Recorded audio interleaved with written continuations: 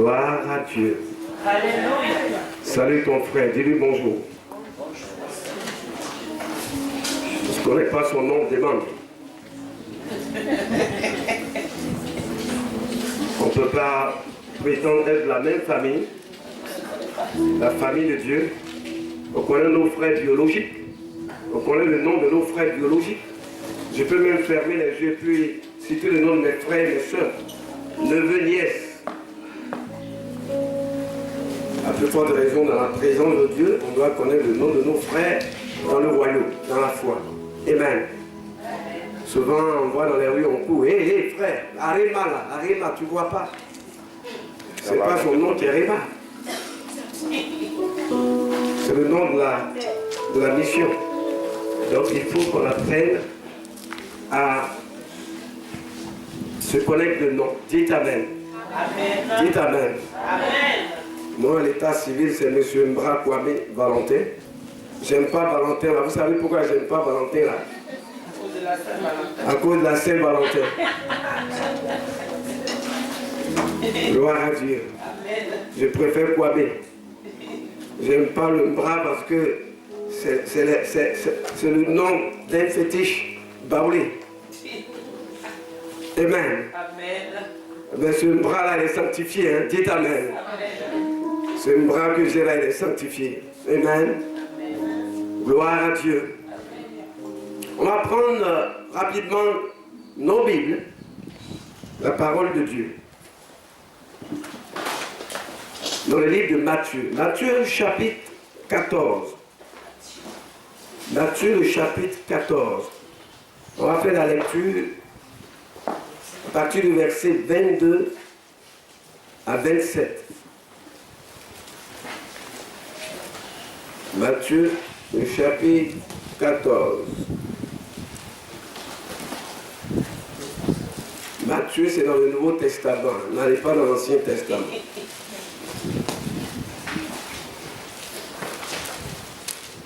Au point où les chrétiens ne sont pas habitués à la parole de Dieu, quand on dit Matthieu, ça va à la Genèse.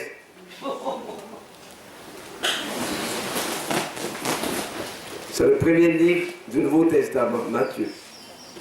Matthieu chapitre 14.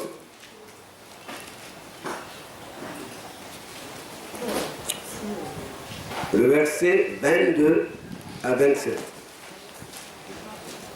Est-ce que un lecteur, un frère qui a une voix, doit la valer? Je lis la parole de Dieu avec respect. Ok, vas-y.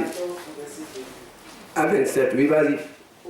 Aussitôt après, Jésus obligea les disciples à monter dans l'eau, dans la barque, et à le précéder sur l'autre rive. Il renverrait la foule. Au verset 23, quand il l'eut renvoyé, il monta sur la montagne pour prier à l'écart. Et le soir venu, il était là seul. Verset 24.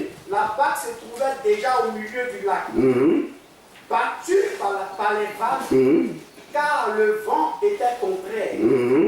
Au verset 25. À la fin de la nuit, Jésus alla vers eux en marchant sur le lac. Au verset 26. Quand les disciples le virent marcher sur le lac, ils furent affolés et dirent, c'est un fantôme. Et dans leur frayeur, ils poussaient des cris. Au verset 27. Jésus leur dit aussitôt, rassurez-vous, c'est moi, n'ayez pas peur. Est-ce qu'on peut acclamer la parole de Dieu? Gloire à Dieu. Alléluia. Comme on n'est pas l'auteur de la parole, on va prier celui qui est l'auteur de la parole. Nous te bénissons, notre Père, pour ta parole.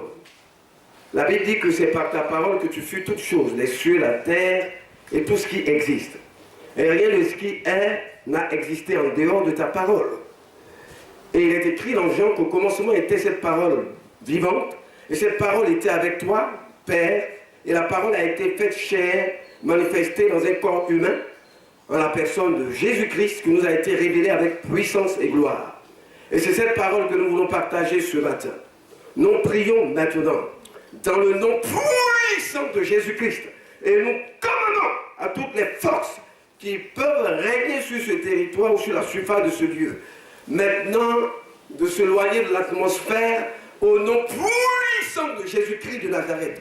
Je commande à toute domination, autorité, prince des ténèbres, esprit méchant dans toute cette contrée qui pourrait faire obstacle à la prédication de l'évangile du royaume. Nous voulons que l'évangile soit prêché avec force et autorité, afin que la splendeur de l'évangile resplendisse dans nos cœurs et dans notre vie. Au nom puissant de Jésus-Christ. Maintenant, Père, nous t'apportons toutes choses. Conduis-nous par ton esprit, au nom de Jésus-Christ de Nazareth. Amen. Amen. Si tu as la joie au cœur, bats les mains. Si tu as la joie au cœur, bats les mains. Si tu as la joie au cœur, si tu as la joie au cœur, si tu as la joie au cœur, bats les mains. Si tu as la joie au cœur, crie Jésus. Jésus. Si tu as la joie au cœur, crie Jésus. Jésus. Si tu as la joie au cœur, si tu as la joie au cœur, si tu as la joie au cœur, crie Jésus. Jésus. Est-ce que tu peux acclamer le Seigneur? Gloire à Dieu. Le thème de la pensée de Dieu pour nous ce matin, éternel et portable, carrément il faut les mettre sur vivre. Amen. Amen. Je me souviens, on devrait aller faire une visite au palais. Et dès qu'on est arrivé au niveau des barrages, on nous a demandé qu'on éteigne nos portables et qu'on ne les fasse même plus sortir. Donc on a éteint les portables, on les a mis dans les poches pour les autres, les sacs pour les uns. Et on n'a plus entendu de son jusqu'à ce qu'on nous a demandé d'éteindre carrément. En présence d'un être humain, fût-il un chef ou un roi. Amen. Amen. On est en présence du roi des rois et du Seigneur des seigneurs. Amen. Dites Amen. Amen. Dans toutes les banques, quand tu vas faire les traits, dès que tu arrives, les vigiles te disent, monsieur, éteignez le portable. De toute façon, on ne sait pas à qui on a affaire. Et même à l'intérieur, tu ne peux même pas manipuler ton portable. Peut-être que tu es en train de faire une transaction avec des collections autant, les vigiles ont l'œil sur toi. Pour retirer de l'argent qui est périssable, il faut fermer le portable.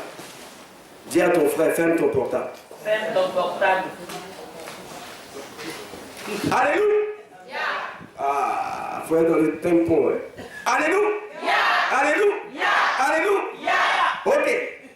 Le thème, la pensée de Dieu pour nous ce matin, je vais prendre 15-30 minutes. La foule ou les disciples, de quel côté es-tu? Pose la question à ton frère. La foule ou les disciples, de quel côté es-tu? Il faut lui poser la question. La foule ou les disciples, de quel côté es-tu? Alléluia.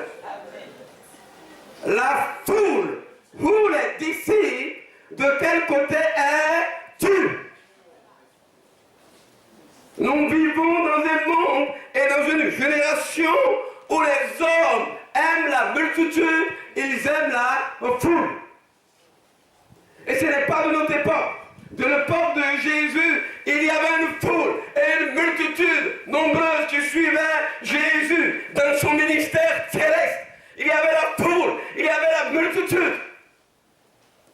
Quand nous organisons des grandes croisades avec Renan Bonquet, ou son fils Colinda, ou d'autres grands orateurs comme Carlos Anacondian, ou tel El Osborne qui nous a dénoncé dans le royaume, de grandes croisades avec le révérend Helgi et beaucoup d'autres, nous voyons des multitudes et des foules avec Billy Graham, des multitudes et des foules au cours des croisades et des programmes.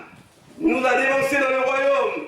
Feu Kakou Sévérin, quand il organisait les veillées ou les croisades, il y avait les foules et les multitudes. Donc la foule et la multitude ne date pas de notre temps ou de notre génération. Cette affaire de foule et de multitude existait depuis le port du ministère terrestre de Jésus. Amen. Mais Jésus avait un problème avec la foule. Et aujourd'hui, nous avons un problème avec la foule. Dans l'Église, il y a deux catégories ou deux types de personnes. Il y a ceux qui sont de la foule et il y a ceux qui sont des disciples. Et Jésus a connu cela tôt et il en a eu le discernement. De quel côté es-tu? De la foule ou des disciples? Aujourd'hui, nous avons une catégorie de chrétiens dans l'Église et le plus grand nombre font partie de ceux qui font partie de la foule ou de la multitude. La foule suivait Jésus à cause des miracles qu'elle voyait se manifester dans la vie et le ministère de Jésus. La foule suivait Jésus à cause des pains qu'il multipliait. Eh bien, ça regarde le problème du quotidien. Donc il suivait Jésus parce que ça regarde le problème de la popote. Dis à madame, aux enfants, Jésus va arriver, hein? Prenez vos paniers et puis soyez là. Dès qu'il multiplie les pains, on ramasse pour la journée, c'est gagné. Et monsieur est content parce que ce jour-là, il ne va pas donner 5 000 francs pour la popote. Parce que Jésus sera de passage là pour faire un miracle. Ils vont remplir les paniers de pain, les gobelets, les verres, et toute la maison sera remplie de nourriture. La foule suivait Jésus à cause des miracles qu'elle voyait.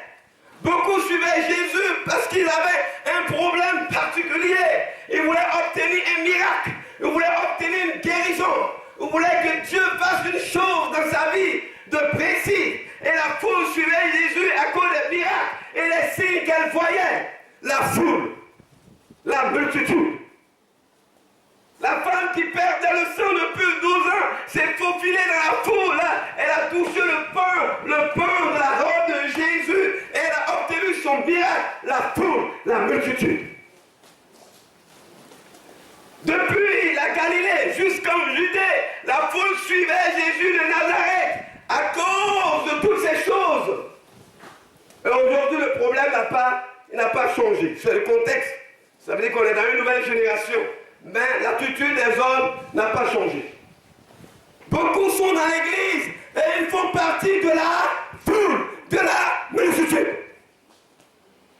Oh, elle vient à l'église parce qu'elle peut trouver un mari, elle peut trouver une fiancée, elle peut trouver du travail, elle peut avoir du succès, elle peut avoir des percées. Donc sa motivation, elle vient pour obtenir un miracle. Tu fais partie de la foule et de la multitude.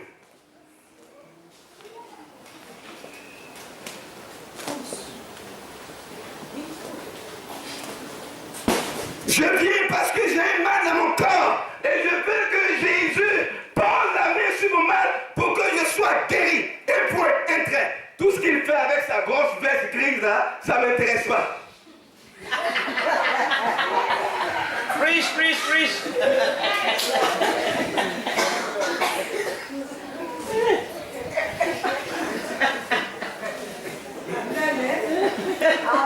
Tu fais partie de la foule et de la multitude. J'ai besoin d'une promotion. Et je veux que Jésus intervienne dans cette affaire pour que j'ai la promotion et que j'ai beaucoup d'argent. Donc tu suis Jésus, tu es motivé pour cela. Tu fais partie de la foule et de la multitude.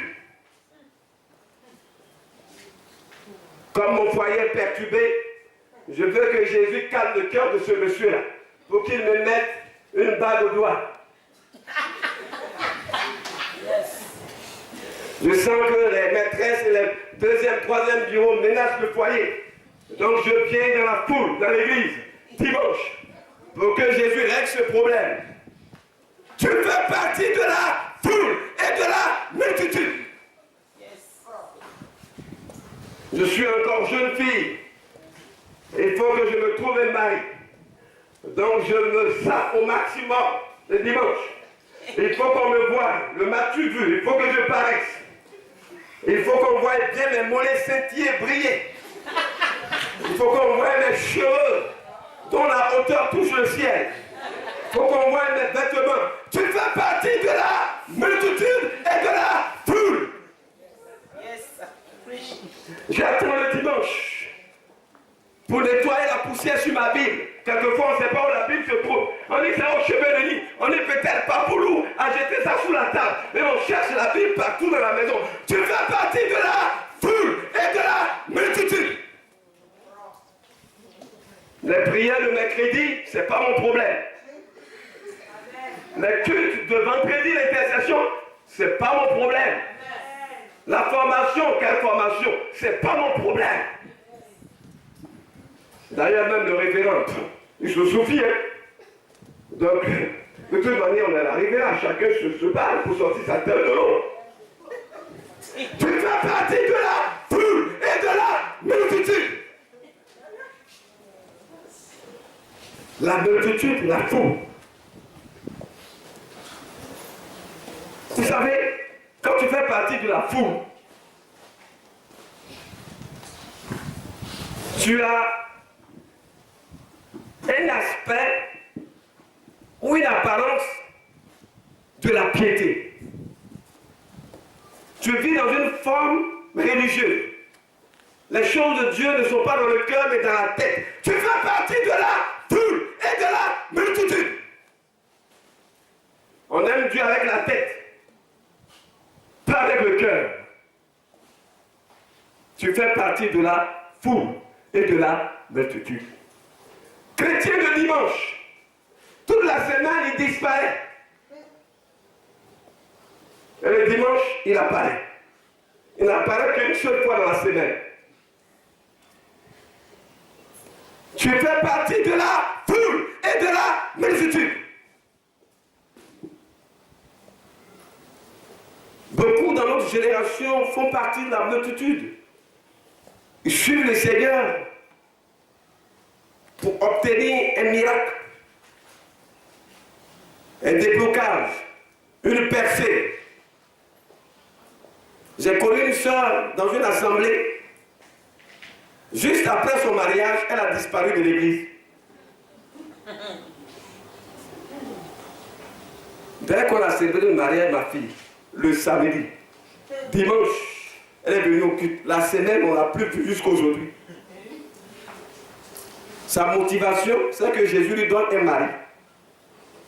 Elle a obtenu son miracle, un point, un trait. Pareil. Fait partie de la foule et de la multitude.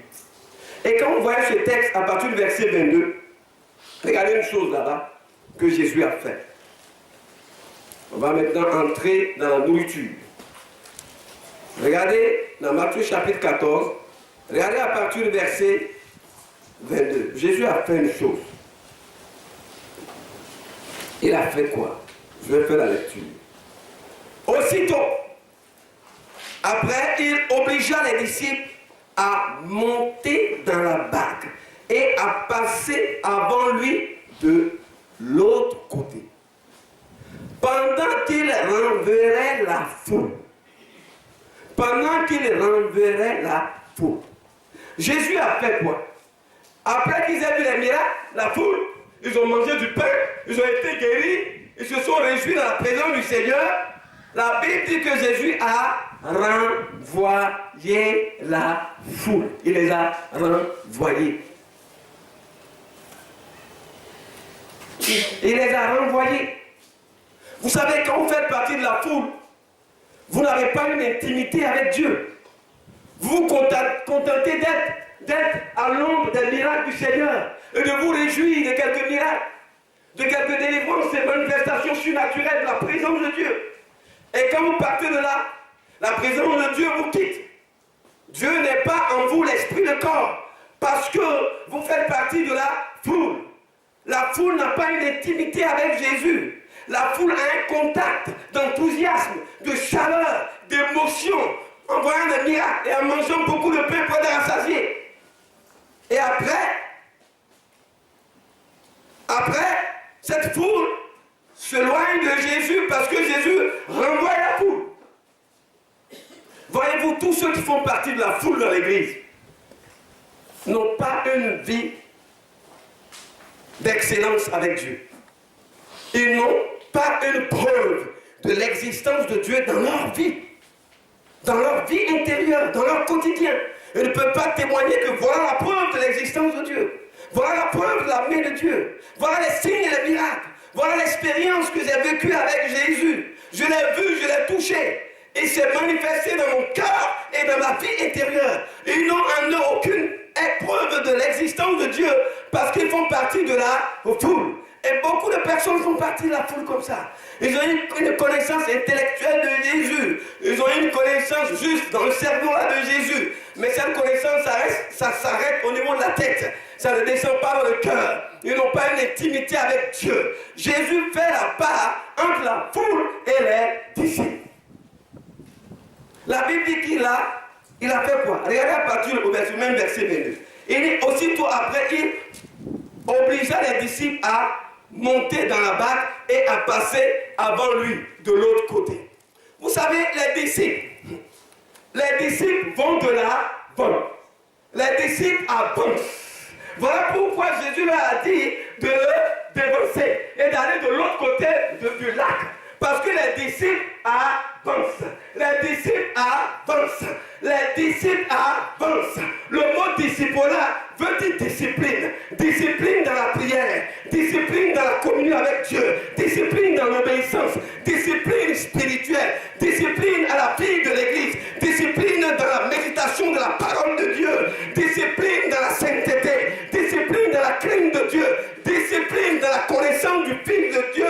Discipline dans le jeûne. Discipline dans la prière. Discipline dans le respect de la parole de Dieu. Les disciples ont une vie de discipline. Un disciple prie le matin, il prie en esprit, il prie par l'esprit, il prie en langue, il prie avec son intelligence, il marche et il vit par l'esprit. Il n'existe plus de lui-même, mais il existe par celui qui a fait de lui disciple. Car un disciple n'est pas plus grand que son maître, mais un disciple devient comme son maître. Dites alléluia. Dites alléluia. Dites alléluia. Ce que le Seigneur recherche, ce n'est pas la foule, c'est les disciples. Dieu n'a rien à foutre avec la foule. Dieu recherche des disciples, des personnes qui ont eu une intimité, qui ont eu une connaissance approfondie avec Christ, qui étaient sur... Bon, dites-moi, je suis marié. Je prends l'exemple sur mon couple. Je suis marié. J'ai 15 ans de mariage, d'autres en ont plus. Mais quand je sors de la maison, j'appelle ma femme plus de 10 fois la journée. Chérie, bonjour. Ça va à la maison? Elle est l'enfant. Ok. Tu fais quoi en ce moment? Elle dit, je suis en train de préparer. Ou bien je suis au marché. Ou bien je me repose.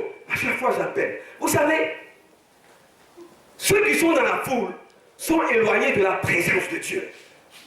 Ils ne viennent qu'à l'ombre de la présence de Dieu quand il y a quelques miracles. Comme des étincelles. Et après, je les dis. Ils n'ont pas eu une intimité avec Dieu. Or, quand vous êtes disciples, vous entrez dans une intimité spirituelle profonde avec Dieu. Vous le connaissez. Vous connaissez la pensée de Dieu. Vous connaissez la pensée de Dieu. Vous connaissez la pensée de Dieu par l'écriture. Vous connaissez la voix de Dieu par l'esprit. Vous marchez par l'esprit. Vous vivez par l'esprit. Vous voyez le danger venir. Vous êtes averti par Dieu. Et vous vous mettez à l'écart. Et le danger ne vous atteint point. Le malheur atteint souvent le juste, mais l'Éternel l'en délivre toujours. Parce qu'il marche. C'est un disciple. Il connaît Dieu. Il sent la présence de Dieu. Il voit la présence de Dieu. Il touche la présence de Dieu. Il embrasse la présence de Dieu. Il marche dans la présence de Dieu. Dieu est son ami. Il marche avec lui. Il joue avec lui. C'est son Père céleste. Il est dans une intimité avec Dieu. Amen. Combien de chrétiens ont une intimité avec Dieu dans nos églises? Sur 10, il y a demi. Donc 9 et demi à août dans la foule. Combien de chrétiens prient constamment et de manière régulière par jour? Combien de chrétiens?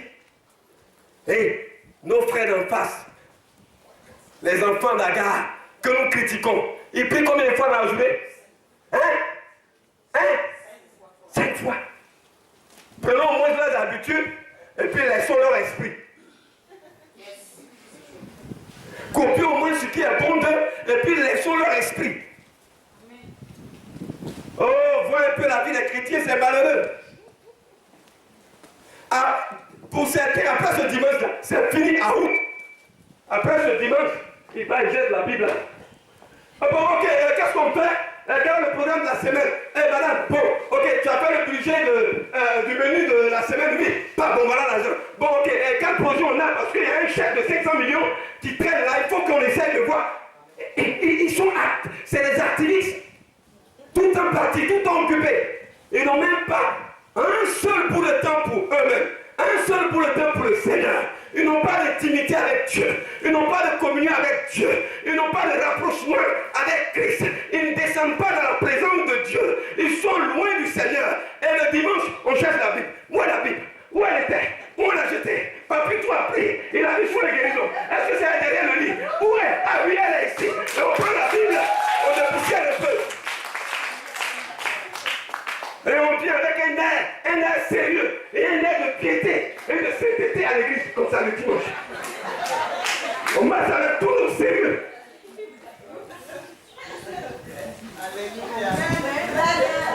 C'est de la pacotille. C'est de la pacotille. On fait partie de la foule. On est là. Dans la foule, on est motivé par un miracle. Ah, quand l'homme de Dieu va prêcher, quand Dieu va me toucher, et que le chèque sera débloqué, alléluia. C'est toute sa motivation, ça. Il faut que le chèque soit débloqué. Il ne dit pas à sa femme, chérie, réveillons-nous à minuit, retournons les enfants, allons au salon ou dans une autre pièce de la maison et restons là en prière de minuit jusqu'à 2 h du matin, jusqu'à ce que le Seigneur intervienne dans notre affaire. Pas de ça, ça n'existe pas. Pas d'intimité avec Dieu. Ce n'est pas des disciples. Ils font partie de la foule et de la multitude. Le Seigneur est en dernière position dans leur vie. Bon, cette affaire d'église là, bon, puisque madame insiste, on va faire avec on fait cette affaire là. Bon, comme monsieur insiste, on fait avec cette affaire. Donc on y vient avec la tête, mais pas avec le cœur. Vous comprenez? Et le Seigneur, il cherche des disciples. Voilà pourquoi il a renvoyé la foule. Et il a dit aux disciples de le dénoncer. Disciple sort du mot discipline. Ce que Dieu attend de nous, une discipline. Dans notre vie de prière, une discipline dans notre vie de jeûne, une discipline dans notre vie d'obéissance à la parole de Dieu. Dites Amen. Amen. Une vie de discipline dans la crainte de Dieu. Une vie de discipline dans le respect à ses commandements. Une vie de discipline dans la sainteté, dans la crainte, dans l'obéissance à la parole de Dieu, dans le jeûne, dans la prière, dans l'orientation du Seigneur par l'Esprit. Une vie de discipline. Nous mangeons combien de fois dans la journée? Le matin, à midi, entre midi et 18h30, 20h, il y a le goûter. Donc ça fait 4 fois. Quand quelqu'un me dit, qui prie 4 fois la journée? Au moins 1 heure ou 45 minutes de prière. Il n'y en a pas beaucoup. Alors là pour l'eau, là, on en boit beaucoup. La sucrerie, de l'eau et tout ce que vous savez dedans. Or, la Bible nous dit que la parole de Dieu est la nourriture de notre âme. Mais si tu ne manges pas pendant 1 mois, que tu es en train de faire carré, mais tu seras chétif, tu vas maigrir. Vrai ou faux? Mais si ton âme ne mange pas la nourriture, sa nourriture qui est la parole de Dieu, c'est ça la nourriture de nos âmes. Si ton âme là ne mange pas la parole de Dieu, ton âme sera comment? Ton âme sera comme un moustique. Vous comprenez un peu? Or, les disciples méditent la parole de Dieu chaque jour. Cette Bible, je l'ai lue 7 fois. Cette année, je suis en train de reprendre la lecture de la Bible. Je dois lire la Bible, toute la Bible, au moins 1 milliard de fois. Chaque jour, je dois lire la parole de Dieu. Elle est la nourriture de mon âme. Elle restaure mon âme. Parce que je ne suis pas de la foule et de la multitude, mais je fais partie des disciples. Un disciple est discipliné. Dites Amen. Amen. Qui va au boulot et ne va pas voir le cahier là pour se faire pointer. Pour dire, bon, monsieur X est arrivé au boulot à telle heure. Qui ne le fait pas dans son service? Tout le monde le fait. Sauf si c'est toi-même ton entreprise. Mais pour certains chefs d'entreprise vraiment disciplinés, eux-mêmes se font pointer pour respecter l'heure et le temps du travail. Dites Amen. Amen. Dites Amen. Amen. La discipline. Ce que Dieu recherche, ce n'est pas des méga-églises où il y a la multitude, il y a la foule. Mais Dieu recherche des disciples. Il dit, allez, faites de toutes les nations des disciples. Dieu veut que vous et moi, nous soyons disciples de Jésus-Christ. On peut marcher à la suite de Jésus-Christ. Car la Bible dit, un disciple accompli devient comme son maître. Or, notre maître, c'est le Seigneur Jésus-Christ. On cherche à ressembler à Jésus-Christ. On cherche à marcher comme Jésus-Christ. On cherche à parler comme Jésus-Christ. On cherche à penser comme Jésus-Christ. On cherche à agir comme Jésus-Christ. Jésus-Christ est notre modèle. Jésus-Christ est notre modèle. Jésus-Christ est notre modèle. Jésus-Christ est notre modèle. Jésus-Christ est notre modèle parfait, idéal, éternel, dans les cieux et sur la terre. Et nous devons marcher à sa suite. Dites Amen. Amen. Ça, c'est les disciples.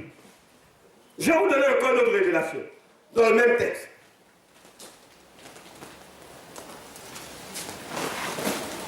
Regardez à partir du verset 24. La barque, déjà au milieu de la mer, était battue par les flots, car le vent était contraire. À la 4e veille de la nuit, donc aux environs de 4 heures du matin, Jésus alla vers eux, marchant sur la mer.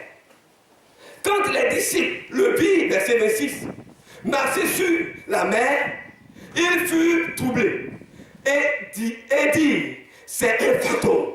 Et dans leur frayeur, ils poussèrent des cris. Alléluia. 27. Jésus leur dit, aussitôt, rassurez-vous, c'est moi, n'ayez pas peur. Dites Amen. Amen.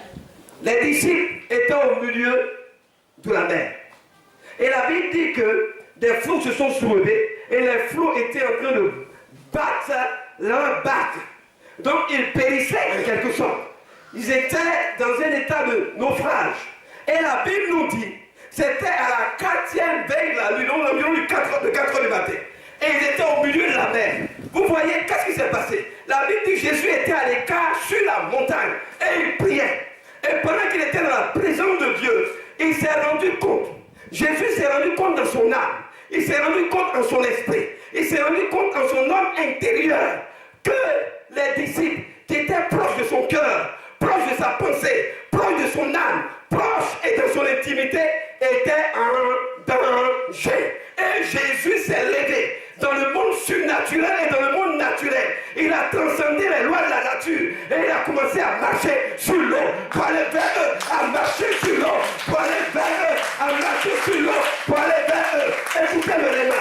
Hey, bien aimé, Jésus ne vient pas au secours de la foule, mais Jésus vient au secours des disciples. Si tu es un disciple dans le peuple, dans la maladie, dans la galère, dans le chômage et dans toutes les difficultés, si tu es un disciple, Jésus viendra, il marchera sur les eaux des épreuves, sur les eaux de la maladie, sur les eaux de la sorcellerie, sur les eaux des ténèbres. Et Jésus viendra à ton secours. Il va te secourir parce que tu es un disciple.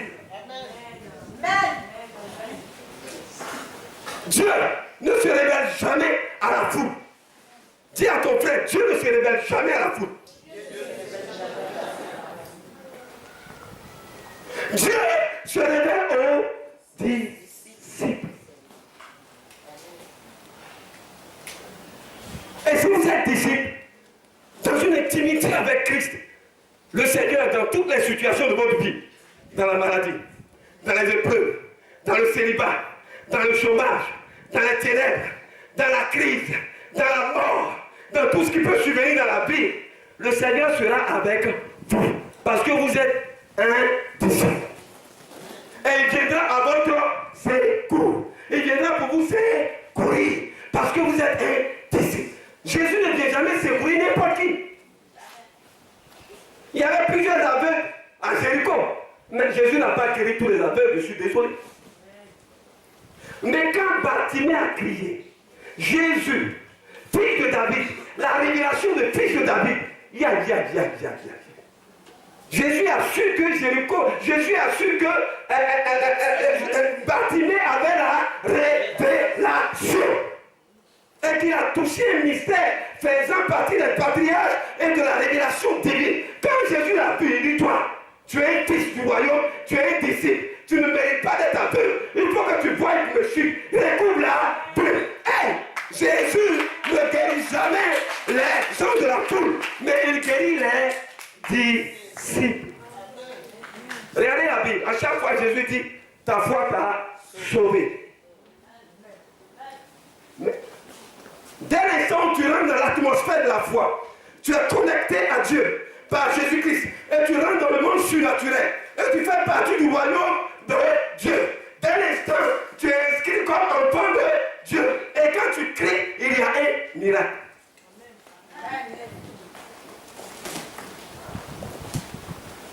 Le Seigneur ne vient jamais au secours de ceux qui sont dans la foule. La Bible dit qu'il les a renvoyés. Mais le Seigneur vient au secours des disciples. Dites Amen. Amen. Dites Amen. Amen. Pour terminer, je vais vous rendre un témoignage. Au cours de la crise post-électorale, vous savez que le Pougon était le bastion le plus terrible. Et moi, j'étais dans une zone qu'on appelait CDC 42. C'est-à-dire là-bas, c'était la mer, c'était l'enfer sur terre là-bas. Parce que les corps, à chaque 2 pas, tu vois au moins 5 corps à chaque 2 pas. Et dans ce chaos terrible, c'est là on voit qu'il est disciple, on voit qu'il fait partie de la foule. Dites Amen. Amen. Dites Amen. Amen. Des pasteurs sont morts, des chrétiens sont morts. Mais ceux qui ont une intimité avec Dieu sont restés en vie. Je vous dis la vérité. Je vous dis une chose. Je voyais des balles qui passaient au-dessus de moi, comme des fusées. D'autres me frôlaient, là, sur le côté, partout. Mais ça ne me touchait jamais. Dites Amen. Amen. Dites Amen. Amen. Quelqu'un est venu me dire comme un ange, tu es pasteur Kwame? J'ai dit oui. Il dit bon, demain, il va avoir quelque chose de terrible. Oui, il va avoir quelque chose de terrible parce que de ceux qui sont les Libériens qui sont venus, ils vont commencer à exterminer les BT et les gens de l'Ouest. Maintenant, et vice-versa, les gens aussi vont exterminer les Baoulés et tel groupe. Donc, je ne connais pas la personne. Il dit, ne dors pas ici, demain très tôt, quitte les lieux. J'ai dit, mais vous, c'est qui? Il dit, je t'ai donné le message, il faut partir. Je sais que c'était un ange du Seigneur. Aussitôt, j'ai pris des clics et clac, j'ai disparu. J'arrive vers l'antenne, on m'arrête. On prend ma pièce, on regarde pasteur, on dit, oh, tu es cuit, faut t'asseoir. C'est vous qui priez pour ce que tu sais là. Et je lui ai dit, Dieu m'a donné une parole de sagesse. Je lui ai dit, mais attends, de l'autre côté aussi, il y a des pasteurs. Donc, les pasteurs ne viennent pas d'un seul groupe. Et pendant que je priais, j'avais enlevé ma chemise, j'avais enlevé tout, il n'y avait pas d'habit, on allait aller faire ma sauce, comme on le dit. J'étais en train de prier. Vous savez, quand tu es un disciple, là, le Seigneur vient toujours à ton secours. Je priais, j'ai dit, Seigneur, tu ne m'as pas dit que je vais mourir de cette manière. Non, tu ne m'as pas dit ça. Voilà. Parce que tu m'as décrit comment je vais mourir, mais pas de cette manière. Je ne suis pas Jean-Baptiste pour être décapité. Mais pour moi, tu m'as dit comment je vais mourir. Donc j'ai commencé à prier. Et là, le patron est arrivé. Il dit, c'est qui ça? On dit, non, mais c'est un pasteur. Il dit, mais donnez-moi sa pièce. Il prend la pièce. Umbra, Kwame, Palapé. Umbra, c'est où? J'ai dit, non, je viens de Boaké. Il dit, Boaké où c'est? Je viens de Boaké, précisément en Bracro. Le DG ancien, DG de l'ESI, la Conan Lambert, tu le connais, il dit oui. Il dit, mais je suis de son village, de son côté maternel. Il dit, oui, moi-même, je connais là-bas. Je passais là pour aller à Gardien. Bon, Ayabla,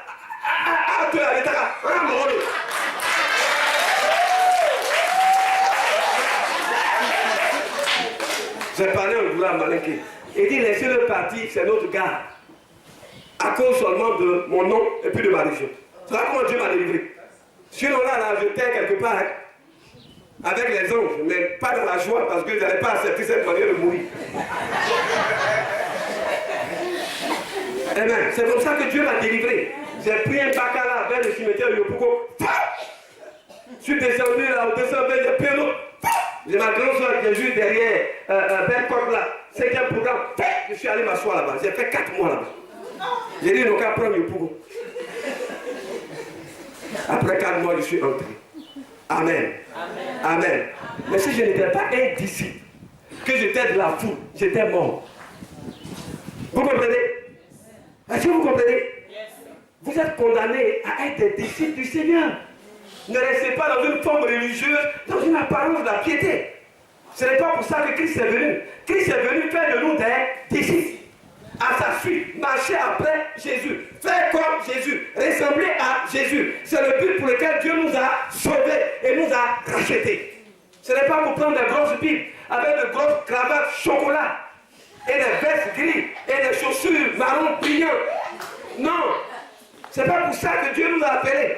Dieu nous a appelés non pas à nous asseoir dans l'église comme des pharisiens et des scribes, mais Dieu nous a appelés à être des disciples, à avoir une vie disciplinée, discipline dans la prière, discipline dans le jeûne, discipline dans l'obéissance à la parole de Dieu, discipline dans la sainteté, discipline dans la piété spirituelle, discipline dans la crainte de Dieu, discipline dans la volonté de Dieu, discipline dans la grandeur, discipline dans les percées, discipline dans l'obéissance à la parole de Dieu.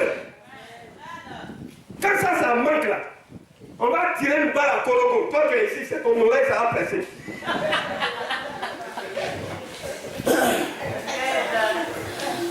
C'était pas destiné pour toi, mais quand tu n'es pas un disciple, quand tu fais partie de la foule, ça va t'atteindre.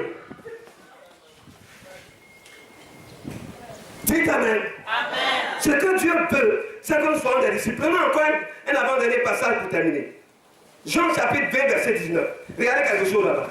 Mon frère, lis-moi ça rapidement. Un peu aimé, vous donner la réponse. Jean chapitre 20, verset 19.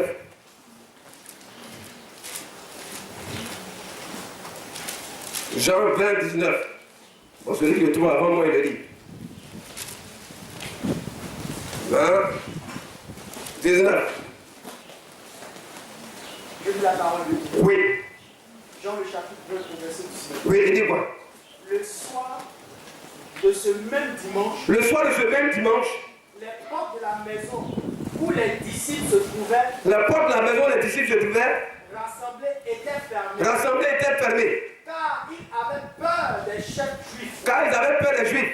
Jésus vint alors se présenter au milieu d'eux. Jésus vint alors se présenter au milieu d'eux. Et leur dit, que la paix soit avec vous. Amen.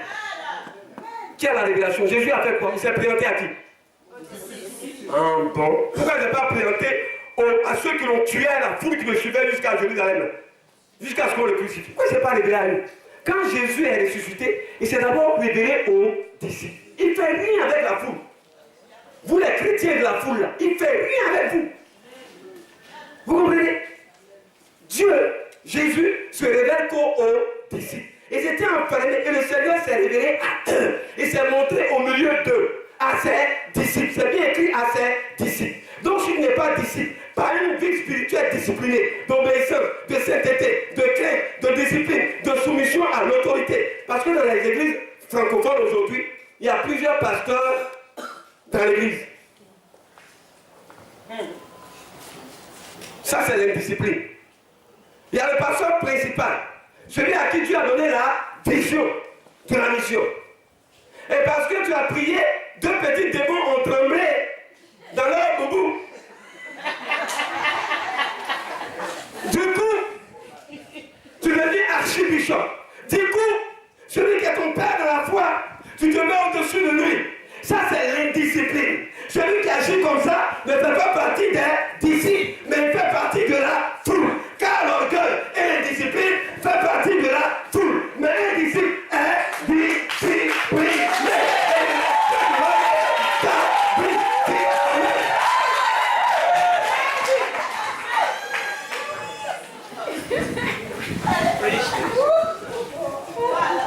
discipliné. Et dans nos églises francophones, on n'a aucun respect pour les hommes de Dieu. Mais si tu trouves que mon abbesse est loin du corps, mais offre-moi-en près du corps alors. Au lieu de me critiquer, non, alors tais-toi de pas que tu le pêches. Hé, on est des professionnels en critique. Et après, de qui tu vas faire les commentaires. On ne voit pas comme l'apôtre a prêché, il a fait des jeux de jambes.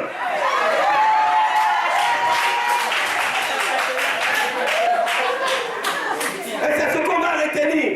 Mais quand on va lui dire quel est le thème du message, il garde la tête. C'est le côté émotionnel qui retient. Mais le côté spirituel, il ne le retient jamais. Un disciple retient les versets bibliques. Un disciple connaît la parole de Dieu. Un disciple embrasse, adore et obéit à la parole de Dieu. C'est sa boussole, c'est sa ligne de conduite. Ça gère tous les départements de l'existence de sa vie. Avant qu'il ne prenne une décision, il se fie et il consulte la parole de Dieu. Et il dit, qu'est-ce que la Bible dit à ce tel sujet, afin de faire une application à sa vie personnelle.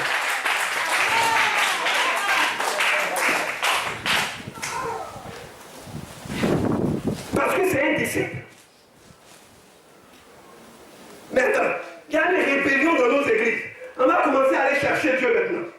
Pour que Dieu donne des coups de poing à certaines personnes. Parce qu'il faut que les disciplines s'arrêtent dans nos églises. Pas de respect à l'autorité. Le pasteur n'est pas ton nonou. Même s'il rit, il n'est pas un stupide. C'est la joie du Saint-Esprit qui lui donne de rire. Donc, il doit avoir un minimum de respect, de soumission et d'obéissance. On va passer toute la journée à critiquer les pasteurs. Il y a des spécialistes en vision sur les pasteurs, des spécialistes en rêve sur les pasteurs. Si tu rêves sur moi, mon ange va t'apparaître et il va te poursuivre parce que je suis un saint serviteur de Dieu dans mon corps et dans mon esprit. Et si tu me critiques injustement, sans cause, Dieu envoie un ange pour te poursuivre jusqu'à ton dernier retranchement. Parce que les chrétiens francophones, ils sont très forts. Experts en critique. Ils ont un diplôme de théologie, en cryptologie.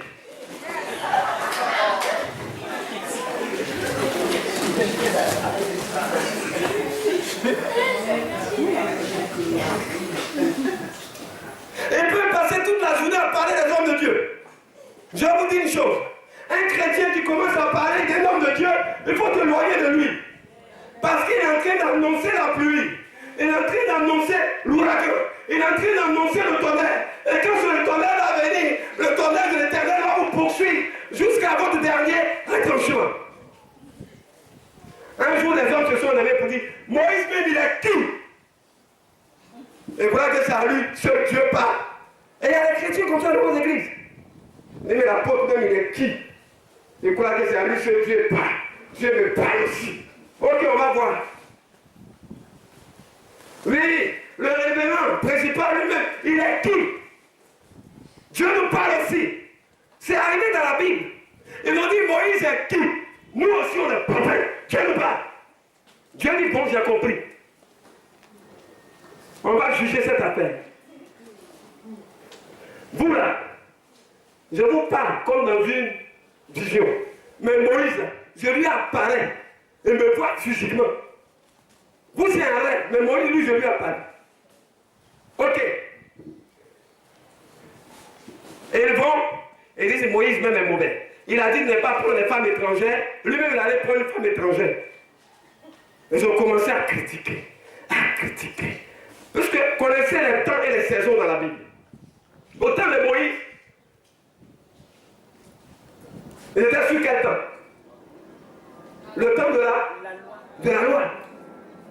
Nous, on est au temps de la grâce. Il y avait le temps de la conscience aussi. Mais au temps de la loi, Moïse avait une grâce particulière. Il faut prendre la Bible dans son contexte, mais pas pour un prétexte.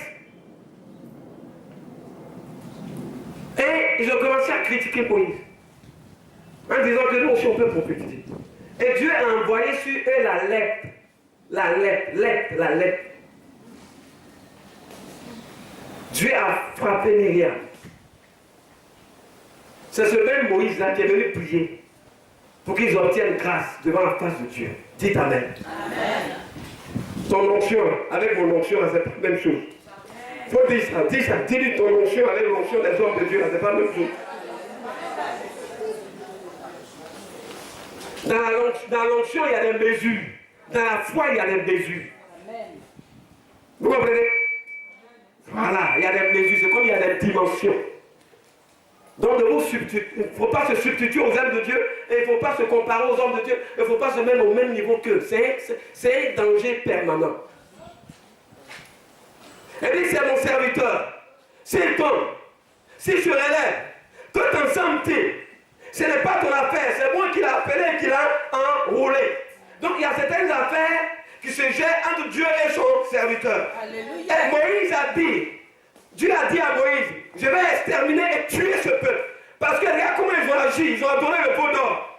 Hey, vous connaissez l'alliance, hein? L'alliance de Moïse avec Dieu. Aïe, la Bible dit que Moïse était un type de Jésus. Et Moïse lui-même, c'est un prophète. La Bible dit que Moïse est entré dans la présence de Dieu et il a dit à Dieu, si tu veux exterminer ce peuple-là, enlève mon nom de ton livre de vie. Quand Dieu a entendu ça, Dieu ne peut pas aller contre sa parole. Il ne peut pas enlever le nom de Moïse dans le livre de vie. Dieu s'est arrêté. Et par la prière de Moïse, il a amené Dieu à changer de décision et d'attitude. Donc Moïse n'est pas n'importe qui.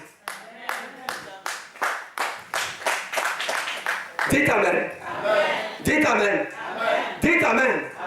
Dites Amen. J'ai connu un monsieur dont la science médicale moderne a dit qu'il allait mourir dans 3 jours. On est lui, il va mourir dans 3 jours. Il n'y a rien à faire. Parce que le mal qu'il a, c'est un cancer au niveau du foie. Donc ce cancer au niveau du foie là, est tellement développé, c'est tellement avancé qu'on ne peut rien faire. Dans 3 jours, il va mourir. J'ai reçu l'appel. Ah, pasteur, notre frère a un cancer au niveau du foie. C'est tellement avancé, on dit dans 3 jours, il va mourir, il n'y a rien à faire. On l'a amené en France, en Italie, partout. On est revenu avec lui. Son état est vraiment critique. Je suis arrivé, j'ai pris lui. D'onction, j'ai mis sur ma main. J'ai dit, c'est de quel côté? Ils disent là, j'ai posé ma main. J'ai dit, au nom de Jésus-Christ, dont je suis serviteur, je déclare et je prends le stylo de Dieu qui contient le sang de Jésus-Christ. Et je signe un décret divin. Et je déclare, parce que je fais partie du conseil des dieux. Et je suis assis avec les dieux, par le Père, le Fils et du Saint-Esprit, et par ma foi et mon sacerdoce établi. Je déclare que maintenant il ne mourra point dans 3 jours. J'allonge sa vie pour 5 ans. Et je déclare qu'il vit au-delà de 5 ans. Que cela soit ainsi, au nom de Jésus. C'est fini. Il vit jusqu'aujourd'hui. Voilà, toi, il faut aller faire ça, on va voir. Le monsieur va mourir et pourra te poursuivre en prison. Dites Amen. Dites Amen. Faites attention aux serviteurs de Dieu consacrés. Où on a versé lui sur la terre pour parler. Faites très attention.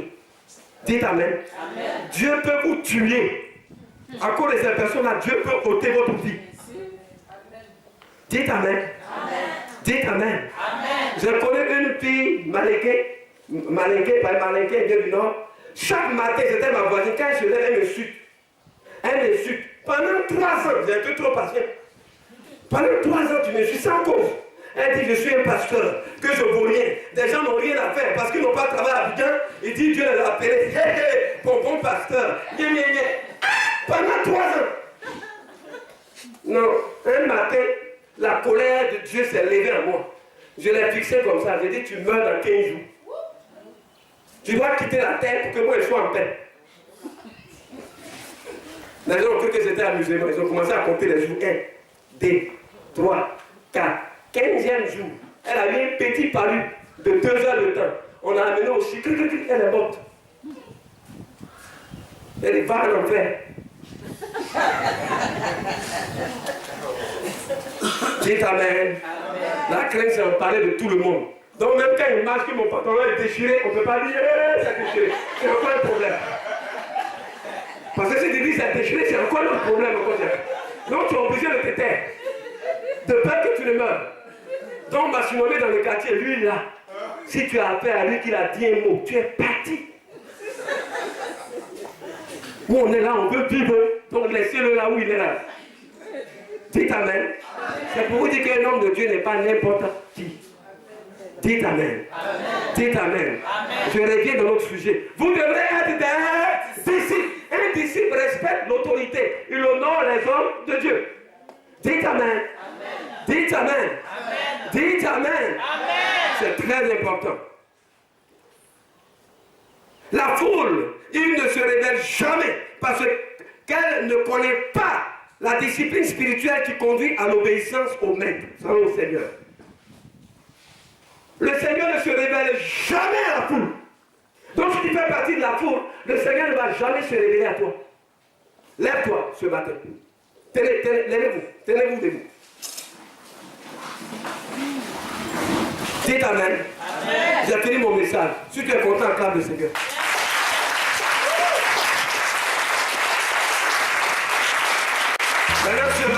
Alléluia. Le Dieu que nous servons est élevé au-dessus des cieux. Et son pouvoir est sans limite. Il est un Dieu puissant qui fait des miracles dans nos vies. Si seulement tu peux croire en sa parole, tu verras sa gloire se manifester.